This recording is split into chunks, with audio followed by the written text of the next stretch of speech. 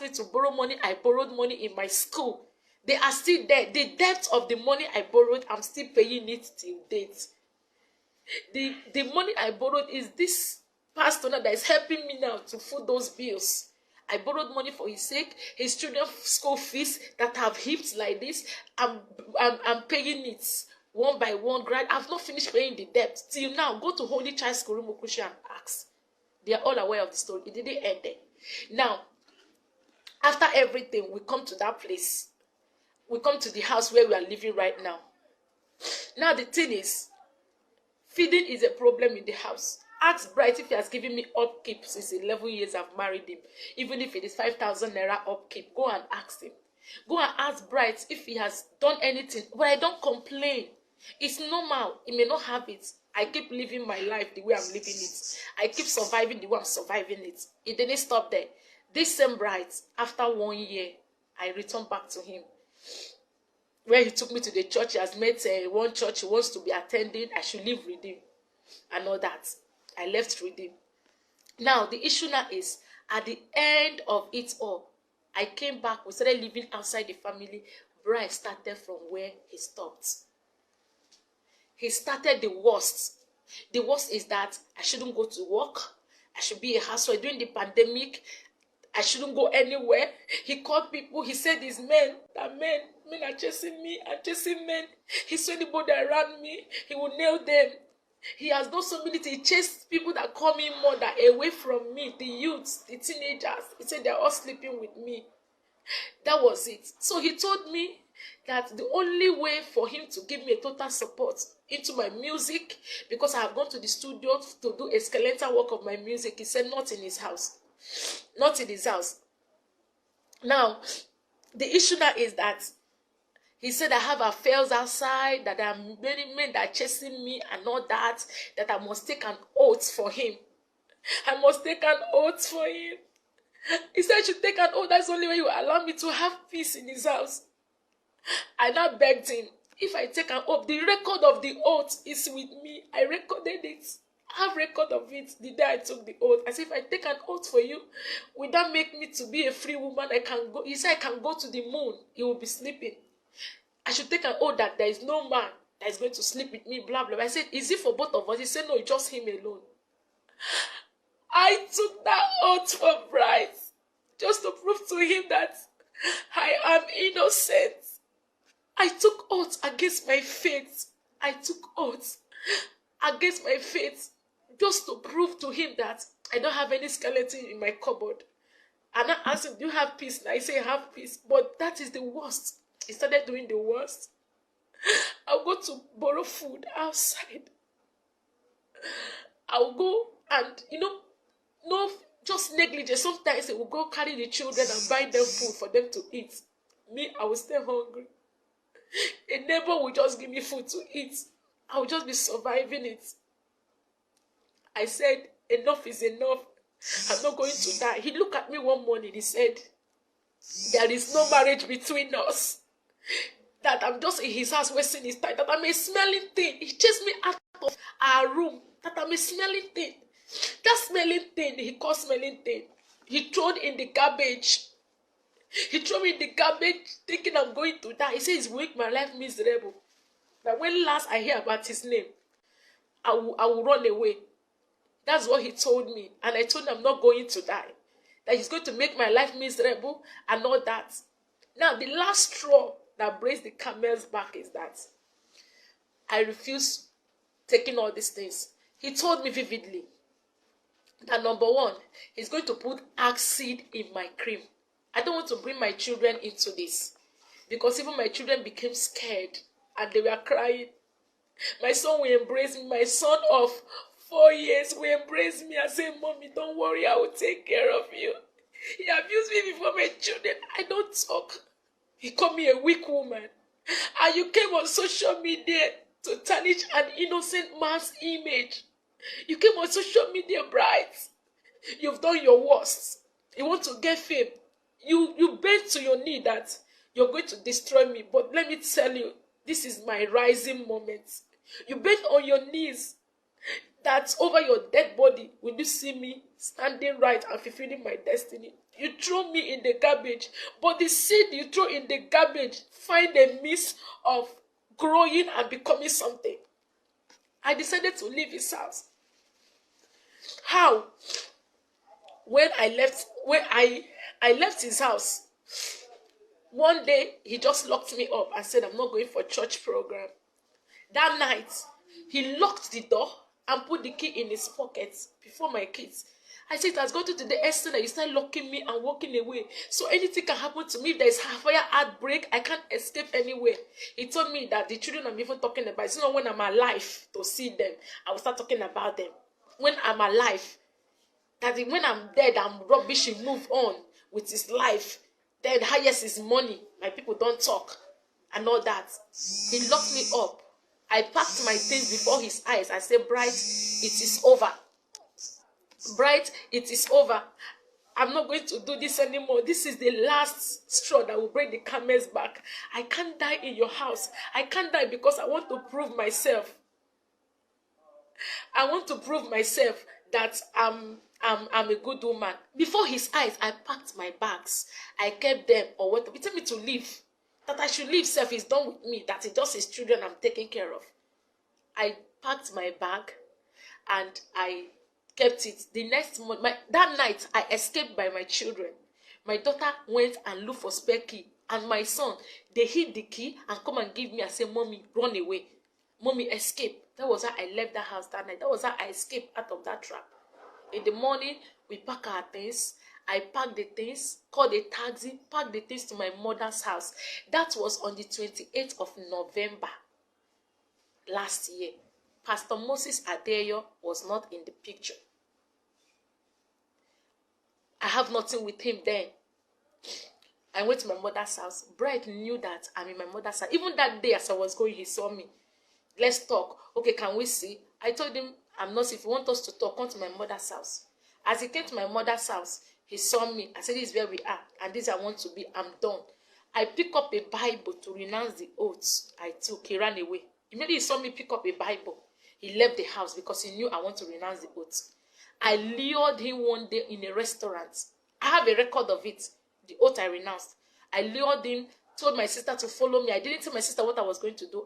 Before I quickly bring up a Bible, I renounced the oath. I said, your oath is no longer binding me. I am a free woman. I can live my life. It's not working. Let's not kill ourselves. Go your way. Let me go my way. He said over his dead body. It was not enough. It was not enough. I left. I left to Lagos on the second week of December. The first week of December, that's when I left Lagos. I was struggling. I will have to squat with a friend. Because if I'm in Port Harcourt, Bright will ping me. Bright will trace me and will block my ways. That is his nature. He will always stop me on the road. I will cry, I'll be begging for rescue. I have to leave Port Harcourt so that I can have my peace. I went to Lagos. I started my life afresh. I started squatting and squatting. I got a mini job in Lagos. Nobody knew my story. I covered up. I started my life afresh. I started earning small money to be able to take care of myself. It didn't end there. That was how it happened. It was calling. I said it's over. Now, to make it official, I came from Lagos to Port Harcourt in April. He said I left his house in 7 months and I ran and lived with Pastor Moses Adeeyo. I've been in Lagos all this while. I came April to my village. I went to my people and told them what has been going on. They shouted. I've been going through all this. I refused telling them. They invited Bright. The king of my community invited Bright and his father. He called his father. His father refused answering him. His father did not respond because they all know the story. Bright came with his friend. They told him to go and bring his father. He didn't bring his father. We had an agreement. We went to my house. My uncles, my father, the people that gave me anti-marriage sat. And I held my view. I opened my mouth and told them what has been happening. They all lamented. Even the friend he came with was shocked that he didn't tell him to this extent. Bright, they asked me if it is true. He said, yes, what I said was true. They said, but you never come to tell us that our doctor is not with you. You just seal it up all this while. But he said he doesn't know where I am, that I ran out of his house without his notice. He has been begging. Now, they asked me what I want. I told them that The marriage is over. I'm no longer interested. I want to move on and live my life. I'm no more interested. I have tried. This is the 4th time now. I can't be running and be coming back. I can't be running and coming back. That was how they said, okay, since you've decided to marry, we will not force you. Bride, our daughter says she's no longer interested. Whatever you've paid, they brought out the ledger, the family ledger, where they put down anything that has been done or that has been paid, bride price. They check it and they found out that bride did not pay bride price.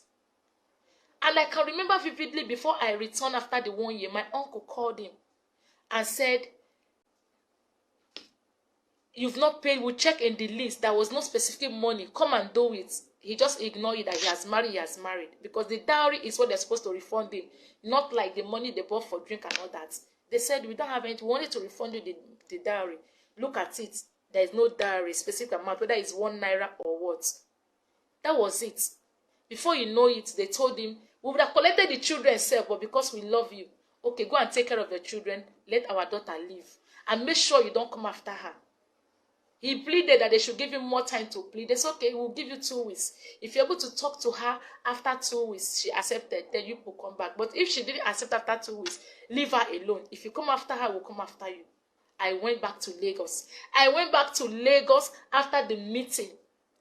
I wasn't with Pastor Moses Adeeyo. Pastor Moses Adeeyo is living in the church premises in World Bank Assembly.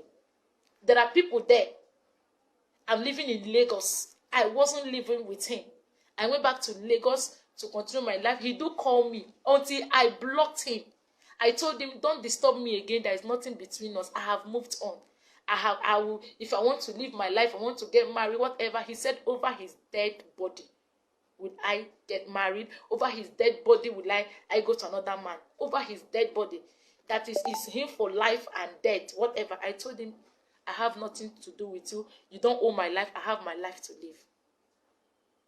Before I came back 2 weeks ago. Even the day as I came back on Friday, he saw me on Sunday of it when he came to see the children in my mother's house. He saw me.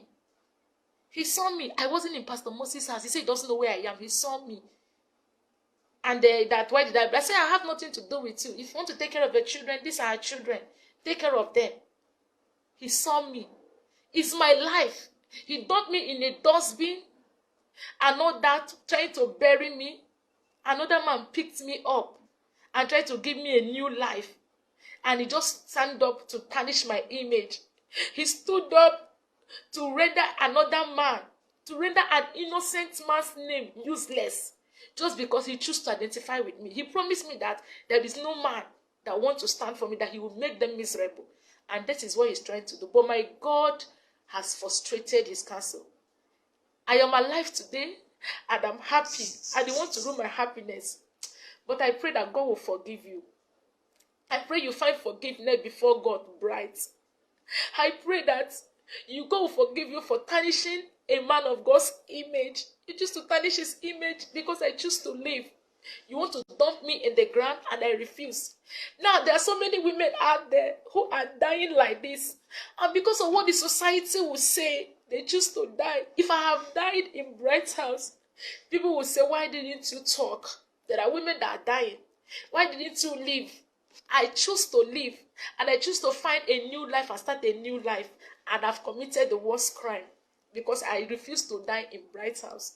I refused to go through the same pain and torture. My children are going through so much emotional torture now because of his attitude and things he has done to them. But I don't want to put them in the picture. I didn't do this for you to believe me. I don't need your belief. I don't need your opinion. I don't need your support. But the same way you guys carry evil news to go viral in the social media, I want you to tell the world that I'm a woman that has strived to survive out of this storm for 11 good years. He knows 11 years of pain, 11 years of torture, 11 years of disgrace and humiliation, 11 years of pain, 11 years of crying at night. He will come back anytime, any day. I'll open the door for him. He will abuse me and call me a useless woman. All these things happen. Now, the thing is, I choose to marry. I have the right to marry whoever I want to. If I found